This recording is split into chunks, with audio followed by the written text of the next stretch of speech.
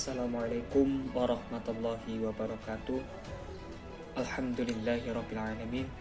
Wassalatu wassalamu ala sayyidina Muhammadin wa ala alihi washabihi ajma'in. La hawla wa la quwwata illa billahil aliyyil azim. Amma ba'd.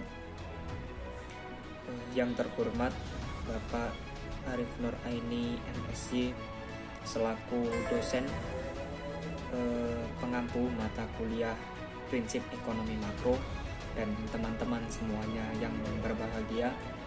Puji syukur kehadirat Allah Subhanahu wa Ta'ala, yang mana pada siang hari ini kita masih diberikan kesehatan, karunia hidayah, sehingga masih dapat melaksanakan kuliah seperti biasanya pada mata kuliah prinsip ekonomi makro dengan keadaan yang kedua. Salam semoga tercurah pada Nabi kita Muhammad Sallallahu Alaihi Wasallam, dan semoga kita mendapatkan syafaat dari beliau yang mulia. Pada kesempatan kali ini, perkenalkan, nama saya Yusuf Nurul Hadi, dengan dua rekan kami, ada Septina Prastikasari dan ada Zulfa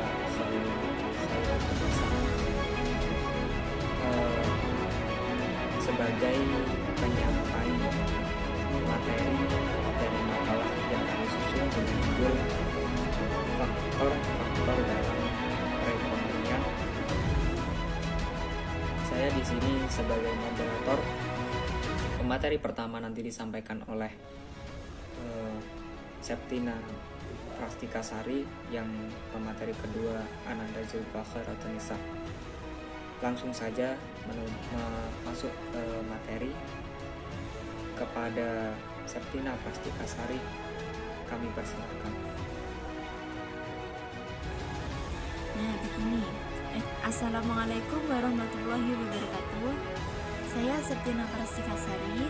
Pada kesempatan hari ini saya sebagai pemateri pertama yang akan menjelaskan tentang faktor-faktor produksi dan faktor-faktor konsumsi. Sebelum menginjak pada faktor-faktor tersebut, saya akan menjelaskan tentang pengertian produksi dan konsumsi.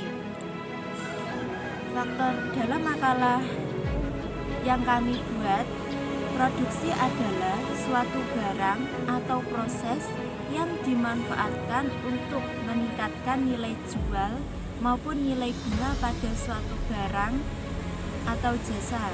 Yang dimaksud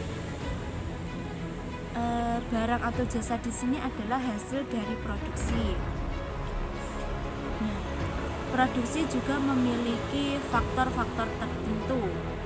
Apa saja faktor-faktor produksi? Yang pertama adalah sumber daya alam.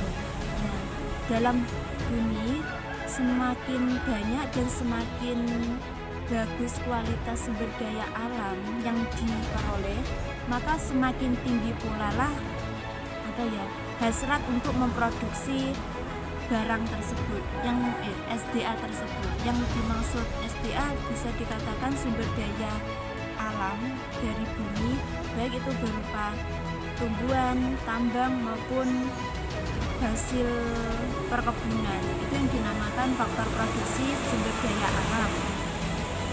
Yang kedua, faktor produksi kedua adalah sumber daya manusia.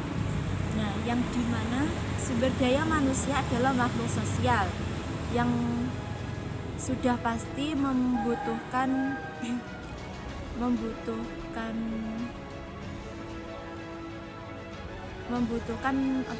proses produksi untuk meningkatkan kualitas ekonomi mereka. Maka dari itu, untuk memenuhi kebutuhannya tidak diherankan semakin banyak manusia yang memproduksi barang maupun jasa untuk meningkatkan kualitas ekonomi mereka. Ini yang kedua, sumber daya manusia. Dan faktor produksi yang ketiga adalah faktor modal. Yang keempat adalah faktor kewirausahaan. Dan yang kelima adalah sumber daya informasi. Nah, kebanyakan di sosial media banyak sekali pembuatan produk yang kreativitasnya bagus, maka dari itu di daerah lain yang termotivasi untuk dengan produk yang ada di medsos itu semakin tinggi hasrat mereka untuk memproduksi produk tersebut di daerah mereka, karena mereka beranggapan dengan mempraktekkan produksi yang ada di medsos itu bisa menambah peluang ekonomi mereka di daerah masing-masing, gitu. Baiklah, di sini saya akan menjelaskan mengenai konsumsi. Konsumsi di sini adalah kegiatan manusia untuk mengurangi serta menggunakan nilai guna suatu barang atau produk guna memenuhi kebutuhan mereka.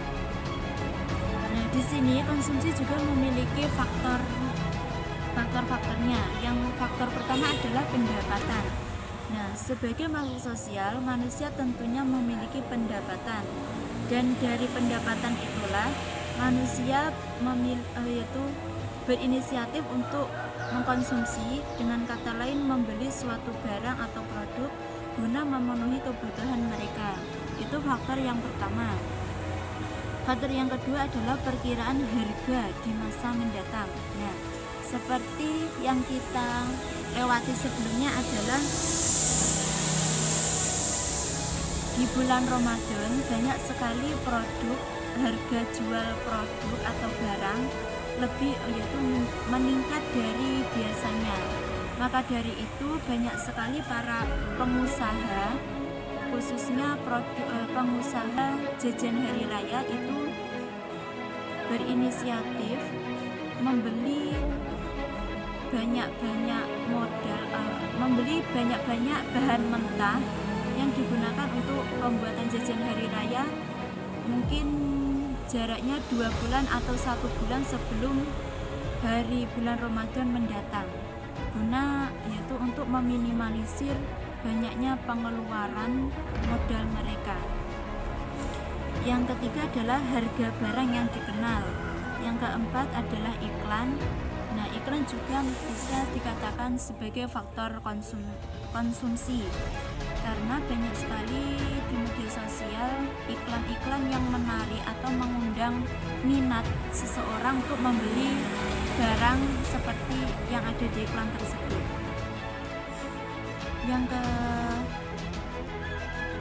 Yang kelima adalah selera konsumsi. Yang keempat adalah mode. Yang selanjutnya adalah mode.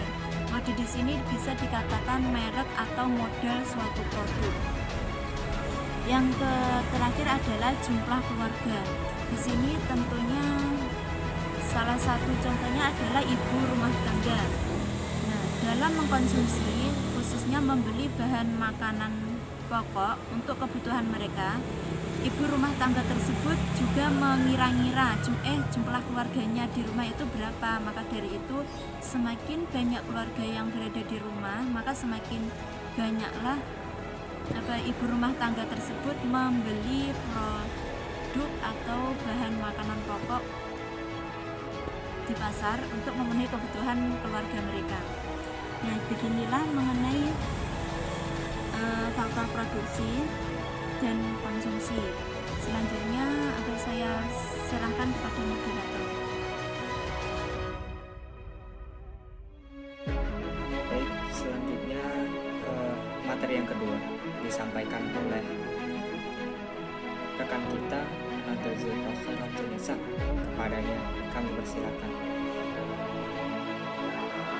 C. Faktor distribusi merupakan penyaluran hasil produksi berupa barang dan jasa dari produsen ke konsumen untuk memenuhi kebutuhan manusia. Orang yang melakukan kegiatan distribusi disebut distributor. Dalam buku pengantar ekonomi makro 2004 karya T. Gilarso SC, proses distribusi adalah penyaluran hasil produksi dari produsen yang membuatnya dan konsumen yang memerlukannya. Distribusi menjadi bagian penting dari seluruh proses kegiatan ekonomi yang biasa disebut pemasaran. Tujuan distribusi adalah untuk memastikan keberlangsungan kegiatan produksi dan memastikan produk diterima oleh konsumen dengan baik. Ada dua sistem distribusi dalam penyaluran hasil produksi, yakni A. Distribusi langsung adalah distribusi yang dilakukan secara langsung kepada masyarakat atau konsumen oleh produsen tidak melalui perantara. Contoh, seperti nelayan yang menjual hasil tangkapannya langsung kepada konsumen. B. Distribusi tidak langsung adalah penyaluran hasil produksi kepada konsumen melalui perantara, tidak produsen secara langsung. Contoh, pedagang yang membeli hasil produksi tanpa merubah bentuk dengan tujuan mendapatkan keuntungan. Faktor-faktor yang mempengaruhi: A. Faktor pasar, B. Faktor barang, C. Faktor perusahaan, D. Faktor kebiasaan dalam pembelian. D. Faktor sirkulasi. Belajar mengenai ekonomi tentu tidak dapat terlepas dari definisi dan juga asal-muasal kata tersebut. Ekonomi berasal dari bahasa Yunani, yaitu oikos yang berarti rumah tangga dan nomos yang berarti tata atau aturan. Secara sederhana, dapat kita katakan ekonomi adalah aturan mengenai pengelolaan sumber daya yang ada untuk memaksimalkan kepuasan individu. Hal tersebut diperoleh dari kegiatan ekonomi, produksi, konsumsi, dan distribusi. Selain itu, ekonomi pun memiliki beberapa sistem yang berbeda sesuai dengan keputusan yang diambil oleh tiap negara. Kapitalisme dan sosialisme merupakan dua buku magnet dalam sistem ekonomi yang tidak ada lagi terdengar di telinga kita. Sistem kapitalisme bertumpu pada kreativitas setiap individu untuk mengeksploitasi sumber daya yang tersedia tanpa adanya batasan langsung oleh negara. Sedangkan sistem sosialisme memiliki prinsip bahwa segala sumber daya yang tergantung pada hidup orang banyak diolah oleh pemerintah.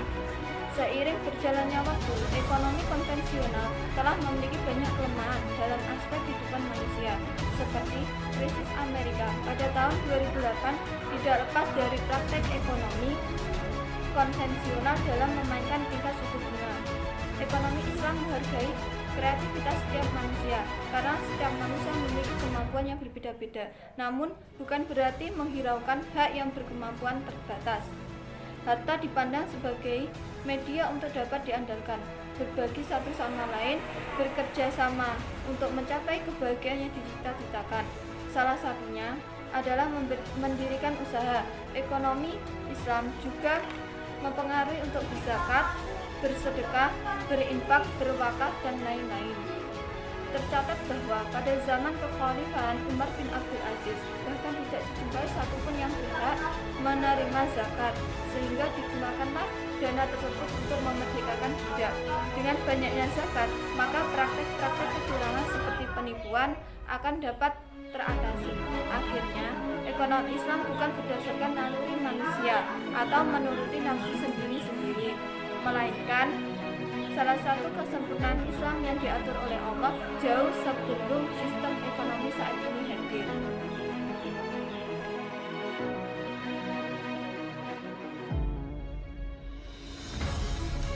Demikian materi yang kami sampaikan dari kelompok 6 prinsip ekonomi makro. Sebelum kita tutup, saya akan menyampaikan kesimpulan bahwasanya yang pertama itu tentang faktor produksi. Jadi dalam materi ini ada 4 faktor. Yang pertama faktor produksi, lalu faktor konsumsi, setelah itu ada faktor distribusi, dan juga faktor sirkulasi. Dalam faktor produksi adalah suatu barang atau proses yang bisa dimanfaatkan sebagai sarana untuk menciptakan nilai jual dan guna pada produk atau jasa. Nah, sedangkan tujuannya itu yang pertama melancarkan produksi suatu produk, ada lagi memberikan keuntungan pada perusahaan, dan langsung jenis faktor produksi itu ada faktor alam, faktor sumber daya manusia, faktor modal, dan kewirausahaan. Setelah itu, faktor konsumsi. Faktor konsumsi adalah suatu kegiatan manusia mengurangi atau menghabiskan nilai guna suatu barang atau jasa untuk memenuhi kebutuhan.